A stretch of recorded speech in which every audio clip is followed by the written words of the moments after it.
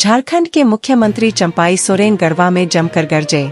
CM Champai Soren आज अबुआ आवास स्वीकृति पत्र वितरित करने गढ़वा पहुंचे थे। इस दौरान उन्होंने कहा कि इस सरकार में जो जनादेश प्राप्त हुआ, हमें पूर्व मुख्यमंत्री हेमंत सोरेन के नेतृत्व में हुआ। गढ़वा में गरजते हुए सीएम चंपाई सोरेन ने कहा कि सरकार बनने के साथ ही पूरा देश कोरोना की चपेट में आ गया, जिस वजह से हम जो काम सोचे थे वह नहीं कर सके, लेकिन इस राज्य में हेमंत बाबू की सरकार थी, इसलिए हर सुविधा मिली। डबल इंजन की सरकार ने देश को ऐसा बना कर रखा था कि किसी हॉस्पिटल में व्यवस्था नहीं थी, शैक्षणिक व्यवस्था तक ठीक नहीं थी। चंपाई सोरेन ने लातेहार, पलामू और गढ़वा से आए लगभग 30,000 अबुआ आवास के लाभुकों के बीच मुख्यमंत्री योजना का प्रथम किस्त का ऑनलाइन वितरण करते हुए तीनों जिले के कुछ लाभुकों को आंशिक रूप से स्वीकृति पत्र प्रदान किया गया।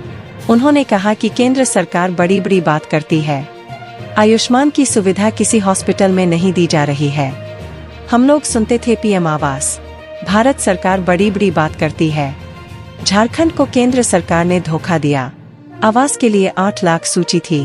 केंद्र में जाकर भी हम लोग कहते थे कि पैसा दीजिए, लेकिन जब भारत सरकार ने नहीं दिया, तब युवा सम्राट हेमंत सोरेन ने कहा कि हम अपने बल पर देंगे। सरकार ने आपके द्वार कार्यक्रम चलाया और उसमें अबुआ आवास का आवेदन आया, जिसमें हमारी सरकार ने 20 लाख लोगों का चयन किया। 2027 तक कोई बिना घर के नहीं रहेगा। 2 कमरा नहीं बल्कि 3 कमरे का घर देंगे।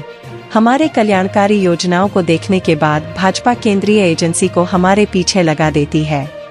हम उसका सम्मान करते हैं, लेकिन एजेंसी ने भाजपा के एजेंट के रूप में काम किया, इसलिए हम सवाल उठाते हैं। चंपाई सोरेन ने कहा कि किसी तरह के खाता बही में नाम नहीं है। इसके बावजूद हेमंत बाबू को गिरफ्तार किया। पूछता है कि बताओ तुमने क्या किया? अगर तुमको पता है तो पहले से तो उसको बात दो, दिखा दो।